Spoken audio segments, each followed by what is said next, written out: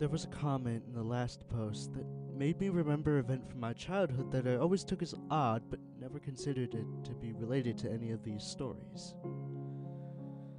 I know now that it is. It's funny how memories work.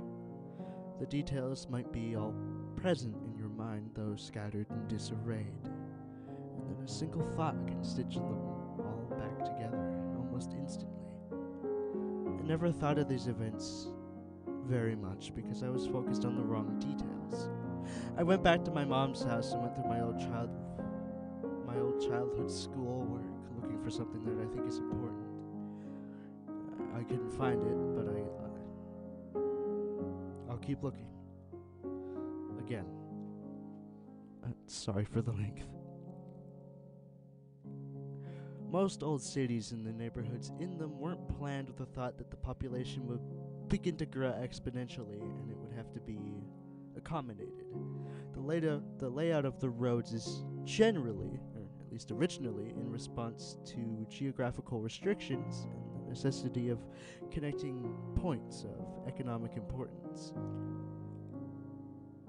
Once the connecting roads are established, new businesses and roads are positioned strategically along the existing skeleton, and eventually, the paths carved into the earth are immortalized in asphalt, leaving room only for minor modifications, additions, and alterations, but never a dramatic change.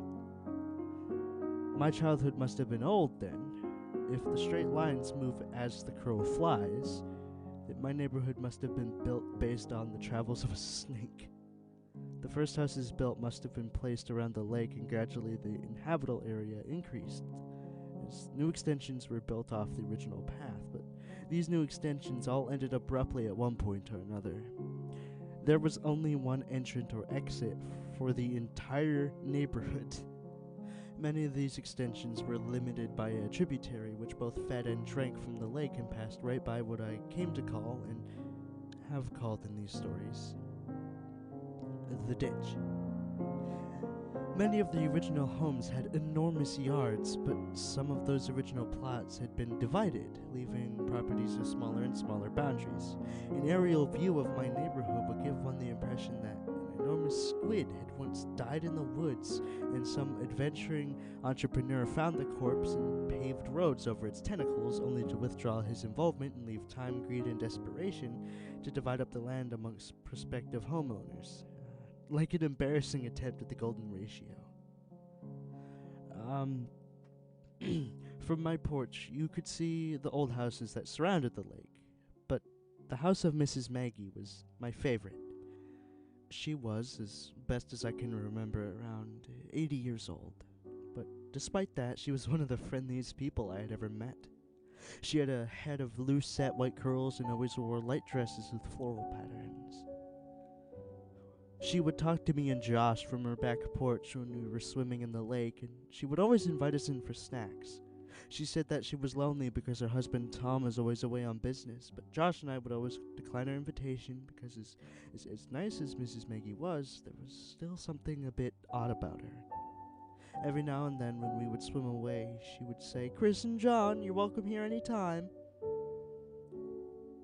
And we could still hear her yelling that when we were walking back into my house. Mrs. Maggie, like many of the older homeowners, had a sprinkler system that was on a timer, though at some point over the years her timer must have broken because the sprinklers would come on at various points during the day and often even at night all year around. While it never got cold enough to snow very much, several times each winter I would go outside in the morning to see Mrs. Maggie's yard transformed into a surreal Arctic paradise by the frozen water. Every other yard stood sterilized and dry by the biting frost of the winter's cold, but right there in the middle of the bleak reminder of the savagery of the season was an oasis of beautiful ice hanging like stalactites from every branch of every tree and every leaf of every bush. As the sun rose, it reflected off, and each piece of ice splintered the sun into a rainbow that would only be viewed briefly before it blinded you. Even as a child, I was struck by how beautiful it was, and often Josh and I would go over there to walk on the iced grass and have sword fights at the icicles. I once asked my mom why she left it on like that. And my mom seemed to search for the explanation before she said, "Well, sweetie, Mrs. Maggie is sick a lot, and sometimes when she gets really sick, she gets confused. That's why she messes up yours and Josh's names sometimes. She doesn't mean to, but sometimes she just can't remember. She lives in that big house all by herself, so it's okay if you talk to her when you swim in the lake, but when she invites you in, you should keep saying no. Be polite. Her feelings won't get hurt. But she'll be less lonely when her husband comes home, though, right? How long will he be away on business? It seems like he's always away." My mom seemed to struggle, and I could see that she had become upset. Finally, she answered, "Honey, Tom's not going to come home. Tom's in heaven. He died years and years ago, but Mrs. Maggie doesn't remember. She gets confused and forgets, but Tom's never coming home. If someone moved back in with her, she might even think it was Tom, but he's gone, sweetie." I would have only been around 5 or 6 when she told me that, and while I didn't understand it completely, I was still profoundly sad for Mrs. Maggie. I now know that Mrs. Maggie had Alzheimer's. She and her husband Tom had 2 sons, Chris and John. The two had worked at a couple payment plans with the utility companies and paid for Mrs. Maggie's water and electricity, but they would never visit her. I don't know if something happened between them or if it was just the illness, but they never came around. I have no idea what they looked like, but there was times when Mrs. Maggie must have thought Josh and I looked like they did when they were children, or maybe she saw what some part of her mind so desperately wanted her to see, ignoring the images transmitted down her optic nerve and just for a little while, showing her what used to be. I realize only now how lonely she must have been. During the summer after kindergarten, before the events of balloons, Josh and I had taken to exploring the woods near my house, as well as the tributary of the lake.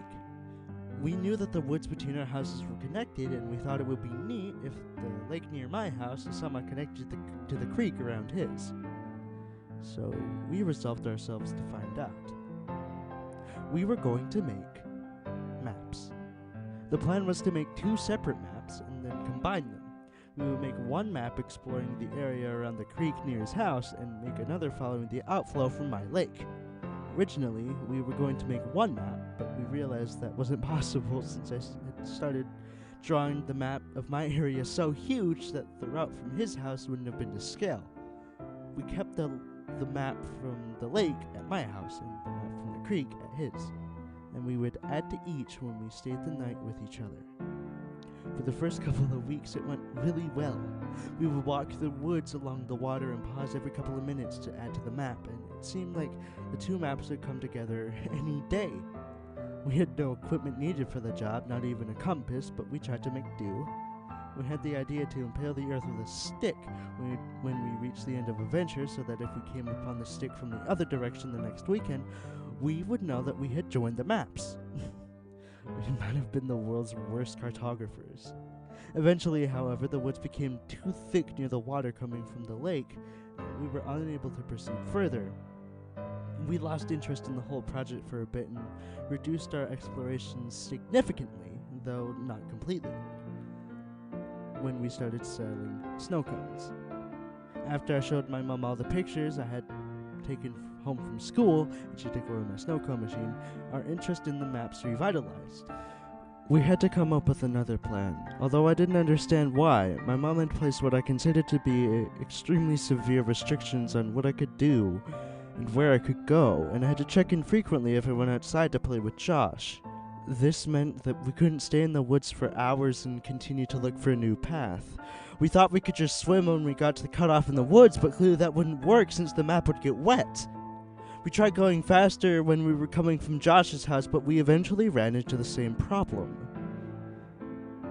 Then we had a brilliant idea. We'd build a raft. Due to the construction in the neighborhood, there was a large amount of scrap building material that the company would set in the ditch to keep it out of the road and off-site since they no longer needed it for the building. We originally conceived of a formidable ship complete with a mast and anchor, but this quickly diminished into something more manageable. We set aside the wood and took several large pieces of styrofoam that were backed with foam board and tied them together with rope and kite string. We launched our vessel a little down water from Mrs. Maggie and waved a farewell to her as she motioned us to come back her way, but there was no stopping us. The raft worked very well, and while we both behaved and spoke as if the functionality of the raft was a given, I know at least I was a little surprised. We each had a fairly long tree branch we would use as a paddle, but we found it was easier to simply push against the land under the water than actually use them as intended. When the water became too deep, we'd simply lie on our stomachs and use our hands to paddle the water, which still worked, albeit less well. The first time we had to resort to that method of propulsion, I remember thinking that from far above it must have looked like a colossally fat man with tiny arms was out for a swim. It actually took us several trips to get the raft to the impassable patch of woods that marked the farthest we had made it. After we had come up with the idea of marking the ground with a stick, we had taken to running through the woods until we got to the stick and then, as carefully and precisely as we knew how, charting our course. This meant that the impasse was actually quite a bit away, so to sail from around my house all the way to the blockade in the woods was taking longer than expected. We'd sail for a bit, then dock the raft, then the next time we'd run through the woods to the raft and go a little further. We continued this well into first grade. Josh and I were assigned to different groups that year, so since we didn't really see each other during the school day, our parents were more willing to let us hang out all weekend each week. What's more, Josh's dad had taken on a lengthy construction job that required him to work over the weekends, and his mother was on call, so this meant that Josh would stay at my house most every weekend for weeks on end. We should have been making excellent progress, but when we finally made it to the impasse and had the opportunity to explore past it, we couldn't find a place to dock the raft. The woods were simply too thick, and the water had eroded the land to the point that there was a nearly 2-foot rise of earth over the tributary, which exposed the twisting and damp roots of the trees above.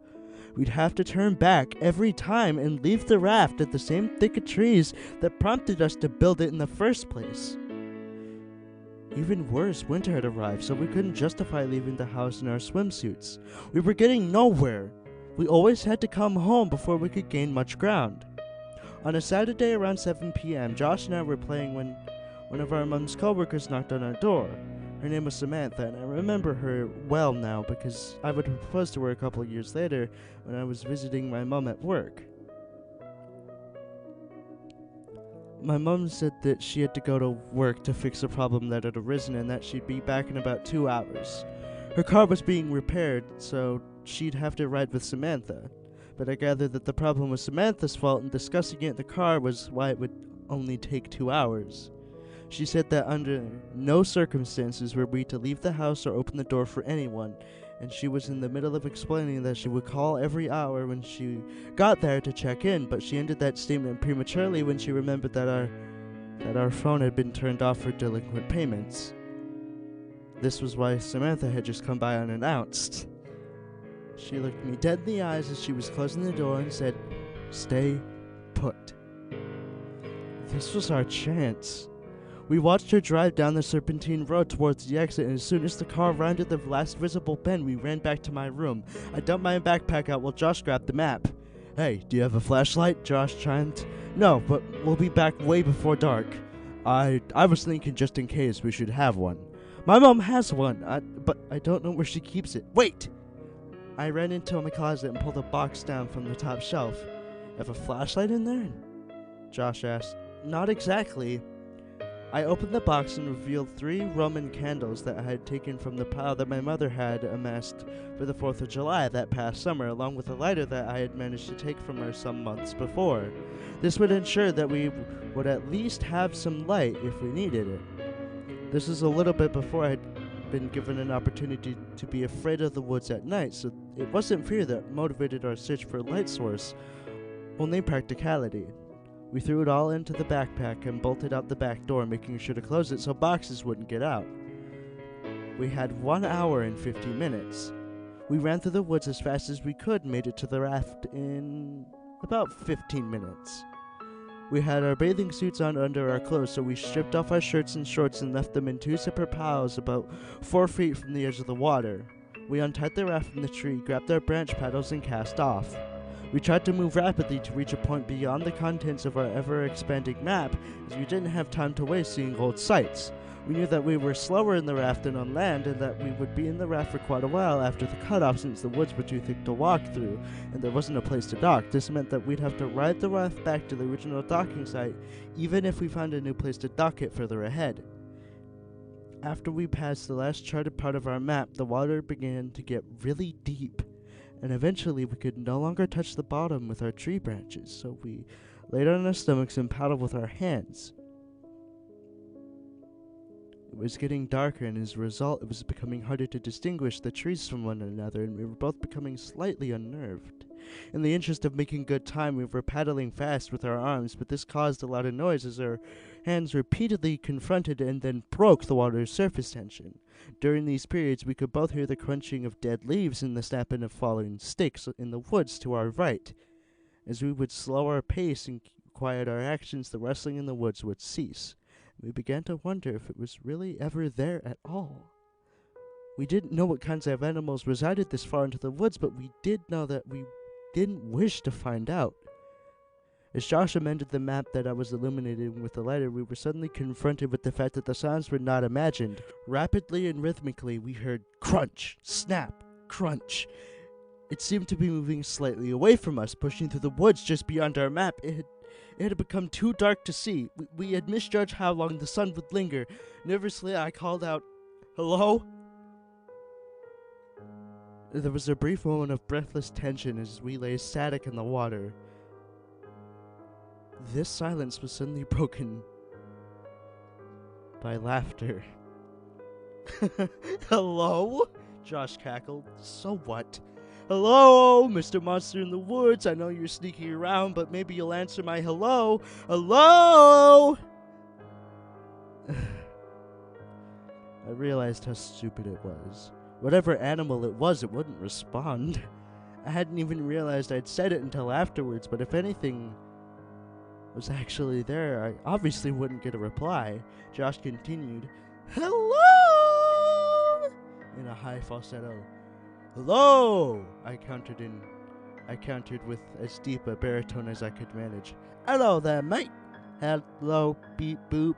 "Hello!" We continued mocking each other and were in the process of turning the raft around to head back when we heard,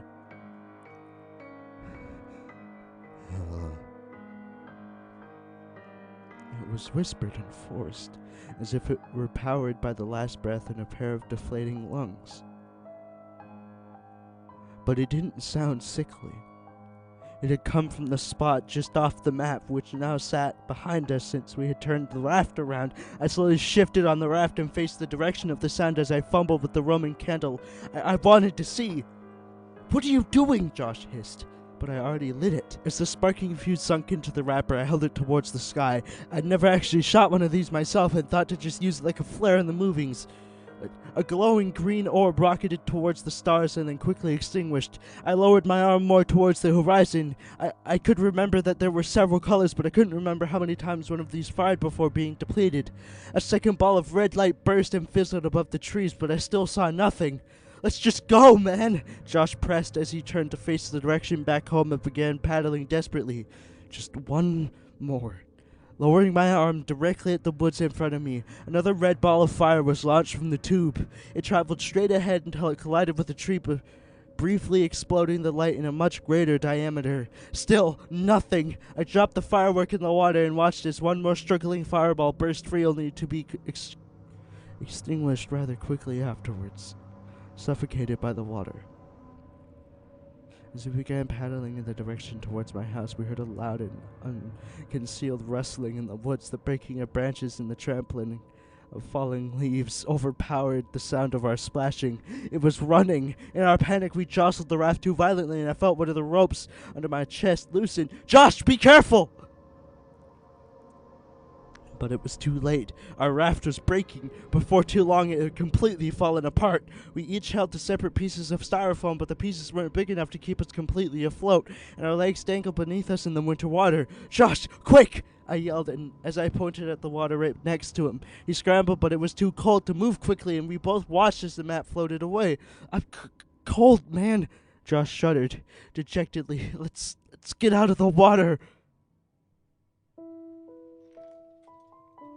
We approached the shore, but each time we attempted to pull ourselves up, we'd hear the frantic wrestling thundering towards us from the woods just above. Eventually, we were too cold and weak to even try anymore.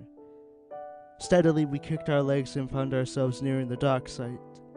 We toppled off the debris and tried to pull it onto land, but Josh's piece slipped away and floated into the direction of the lake. We took off our swimsuits and were desperate to try to get into our dry clothes to shield us from the biting chill of the air. I slid my shorts on, but there was something wrong. I turned to Josh. "Where's my shirt, man?" He shrugged and suggested maybe it got knocked into the water and floated into the lake. I told Josh to go back to my house and said that we were playing hide and seek if my mom was home. I had to try to find my shirt. I ran behind the houses and peered out over the water and scouted along the shoreline. It occurred to me that with any luck, maybe I could find the map too. I was moving pretty fast because I needed to get home. I was about to give up when my concentration was interrupted by a sound coming from just behind me. "Hello?" I whipped around. It was Mrs. Maggie. I had never seen her at night before, and in this poor light she looked exceedingly frail. The usual warmth that wrapped her manner seemed to have been snuffed out by the chill. I couldn't remember ever seeing her without a smile, and so her face looked strange. "Hello, Mrs. Maggie." "Oh, hi, Chris." The warmth and smile had returned to her, and even if the memories had not. I couldn't see it was you in the dark there."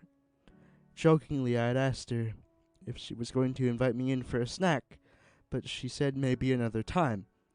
I was too busy looking for my map and the shirt to really engage her, but she sounded happy, so I didn't feel too bad. She said a couple things, but I was too distracted to pay attention. I said goodnight and ran down her driveway toward my house. Behind me, I could hear her walking across the frozen yard, but I didn't turn around to wave. I had to get home. I made it home a couple minutes before my mum did, and by the time she came in, Josh and I had already changed clothes and warmed up. We had gotten away with it, even though we'd lost the map. "Couldn't find it?" "Nah, but I saw Mrs. Maggie. She called me Chris again. I'm telling you, dude, just be glad you've never seen her at night." We both laughed, and he asked me if she invited me in for a snack, joking that the snacks must have been so terrible since she couldn't even give them away. I told him that she didn't, and he was surprised, and now that I had time to think about it, so was I. Literally every time we had seen her, she invited us in for snacks, and here I had, albeit sarcastically, invited myself, and she said no. As Josh talked more about Mrs. Maggie, I suddenly realized that the lighter might still be in my pocket, and that it would be disastrous if my mom had found it. So I grabbed my shorts off the floor and patted my pockets. I felt something, but it wasn't the lighter. From my back pocket, I slid out a folded piece of paper, and my heart leapt. The map! I thought, but I watched it float away. As I unfolded the paper, my stomach turned as I tried to understand what I was seeing. Drawn on the paper inside of a large oval were two stick figures, holding hands. One was much bigger than the other, but neither had faces. The paper was torn, so a part of it was missing, but there was a number written near the top right corner. It was either 15 or 16. I nervously handed Josh the paper and asked him if he had put it in my pocket at some point, but he scoffed at the idea, and that's why I was so upset. I pointed toward the smaller stick figure and what was written next to it. It was my initials.